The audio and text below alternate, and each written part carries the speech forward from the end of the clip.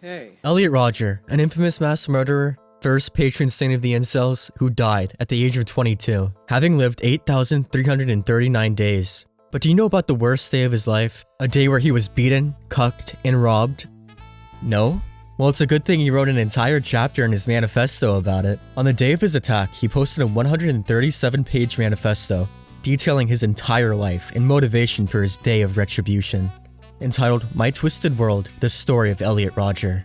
This story starts at page 121. It's Saturday, July 20th, 2013, less than a year before his massacre, and just a few days away from his 22nd birthday. Elliot has spent a whole 2 weeks exercising in his room. By this point, he's already decided he'll have his day of retribution and has been fantasizing about it for 2 years now. But he's still willing to give the world one last chance. If he goes out tonight and manages to lose his virginity, he will not go through with his massacre. It was the day that I decided to go out in Isla Vista in an attempt to lose my virginity before I turned 22. That was the last thing that could have saved me. I was giving the female gender one last chance to provide me with the pleasures I deserved from them. Well, you can probably already guess what he doesn't end up losing. In order to hype himself up, he buys a bottle of vodka and takes a few shots. A few shots too many, actually. He's fully drunk by the time he steps outside. By this point, Elliot is already kind of a high-functioning alcoholic. In order to even go outside and see couples together without becoming viciously angry, he requires alcohol.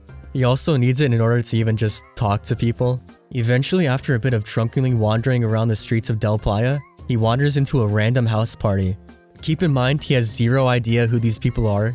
They had a DJ playing annoying hip-hop music that all the young people like these days. And there was a ping pong table set up where lots of popular kids were playing beer pong, a crude drinking game. I love that Elliot is so autistic he explains what beer pong is. We know what beer pong is, Elliot. You don't have to tell us. He helps himself to some free beer. And remember, by this point, he's already completely wasted. So I have no idea why he thought it'd be a good idea to add even more alcohol to the situation. He says he tries to act like a normal partygoer, but I think that anyone that says they're acting like a normal partygoer is definitely not acting like a normal partygoer. After a bit of standing still watching everyone else have fun, he comes up with the genius plan to lose his virginity.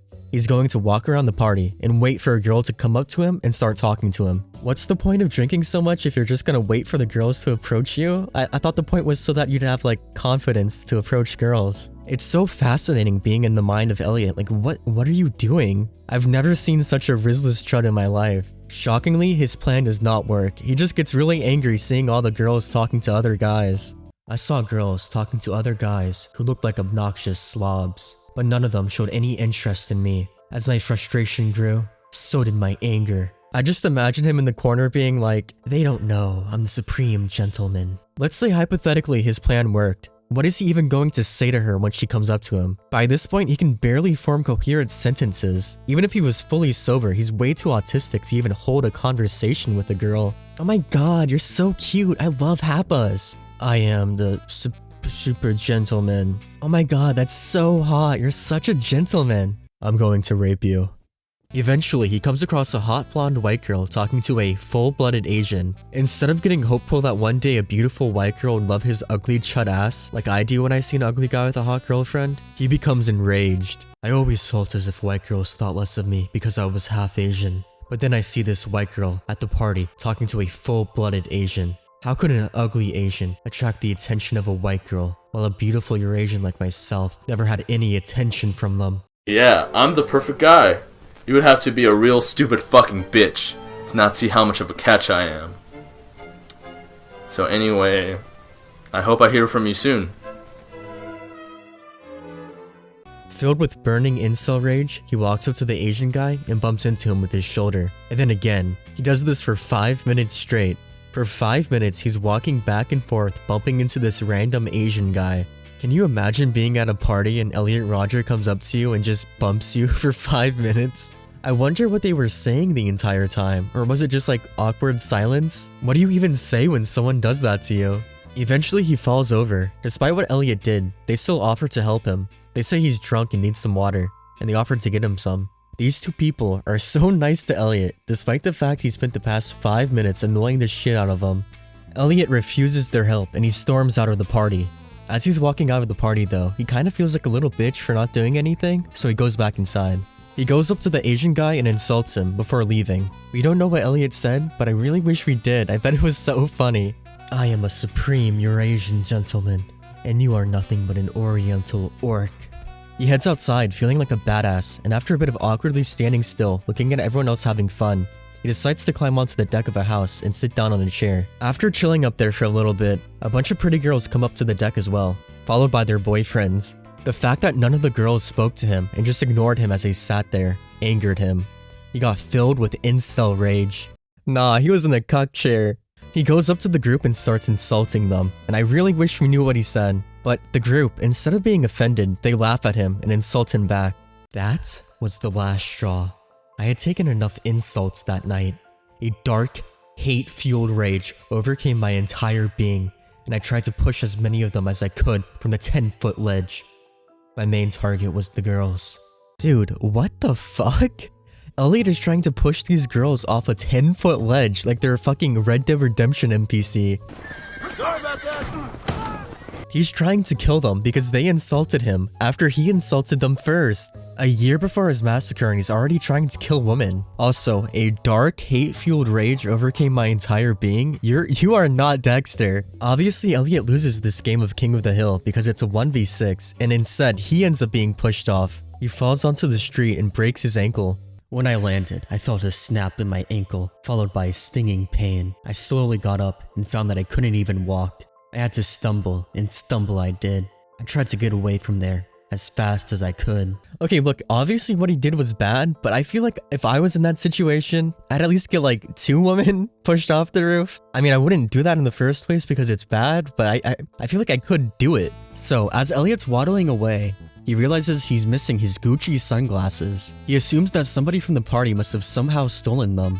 Elliot, have you ever considered that maybe nobody stole them? They might have just fallen out of your pocket or broke since you fell off a fucking house? But anyways, Elliot decides he's gonna make his way back to the party and get his sunglasses back. Obviously, this does not go as planned. At that point, I was so drunk that I forgot where the party was, and ended up walking onto the front yard of the house next to it, demanding to know who took my sunglasses. The people in this house must have been friends with the ones I previously fought with, for they greeted me with vicious hostility. They called me names like faggot and pussy. Typical things those types of scumbags would say. A whole group of the obnoxious brutes came up and dragged me onto their driveway, pushing and hitting me. I wanted to fight and kill them all. I managed to throw one punch towards the main attacker, but that only caused them to beat me up even more. I fell to the ground, where they started kicking me and punching me in the face. Eventually, some other people from the street broke up the fight. I managed to have the strength to stand up and stagger away. That's right, Elliot somehow managed to forget where the house was, and he walked up to the wrong house entirely. Even if it was the right house, he went up to a group of completely random people. Also, say what you want about Elliot, okay, but this guy had balls. He genuinely believed he could win a 20v1. I mean, he couldn't, but he believed he could. Maybe he should have spent more than 2 weeks working out. Do you guys think Elliot would still be alive if he went on steroids? He could be like the OG clavicular. Also, I feel like Elliot might be leaving out a few details about what really happened. What do you mean you demanded your sunglasses and they immediately called you a faggot? I don't know, it just doesn't seem that believable to me. We'll come back to this later. After getting the absolute shit beaten out of him, the group that broke up the fight help him walk towards the end of Del Playa Street. They make sure he's safe before leaving him alone. Even though these total strangers helped him by breaking up the fight, potentially even saving his life, as well as making sure he gets home safely. This act of kindness was not enough for Elliot. None of the girls at the party had sex with him to make him feel better. It's impossible for Elliot to accept any form of kindness if it's not a girl having sex with him. These people might have saved his life even though he tried to kill a bunch of girls just a few minutes earlier, and he's still not grateful. If girls had been attracted to me, they would have offered to walk me to my room and take care of me. They would have even offered to sleep with me to make me feel better. But no, not one girl showed an ounce of concern for me. They didn't care. No one cared about me. I was all alone. When he arrives at his apartment, he calls his parents and sister, and he talks about what happened to them. In the middle of calling them, he reaches around his neck to fidget with his necklace, and he realizes it's missing. While he was getting jumped, someone must have snatched it off his neck. This was a special golden necklace given to him by his grandma, one of his most prized possessions. I broke down in anguish and wailed in agony, crying and crying until I passed out in my bed all alone. Honestly, reading this part made me kind of sad, but then I remembered he just tried to push a bunch of women off a roof, and then I was like, oh, maybe maybe it's not that sad. Once Elliot wakes up, he realizes that once he reports his injury to the hospital, he'll have to talk to the police, which may get him in a bit of trouble. You know, just a bit. I did try to push those girls off a ledge and threaten to kill all those people, which could implicate me. Whoa, Elliot, I thought you just said you demanded your sunglasses back and insulted someone. What do you mean you threatened to kill all those people? It says a lot about Elliot that even in his final manifesto, which he should have no problem telling the truth with, he still tries to lie and weasel himself into becoming a victim. Elliot starts concocting a cover story so he won't get in trouble. He tells the police, "Those boys deliberately pushed me off the ledge after I acted cocky towards them. I didn't mention the girls at all. I expressed to the police of my wishes that they should all be punished for this." The police then went to interview them, and they had their own version of the story. Since there was no actual evidence, the whole case was shortly dismissed. What do you mean they had their own version of the story?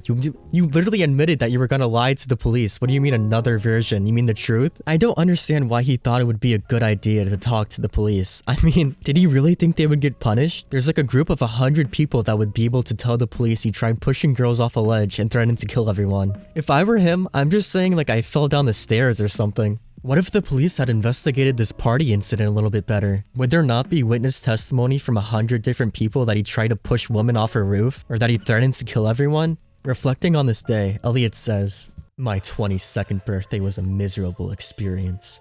I sat around at my mother's house, staring at my broken leg, feeling so pathetic for being a crippled, as well as a 22-year-old virgin. My mother bought me a new golden necklace to replace the one that was stolen from me, as she knew how heartbroken I was about losing it. The highly unjust experience of being beaten and humiliated in front of everyone in Isla Vista, and their subsequent lack of concern for my well-being, was the last and final straw.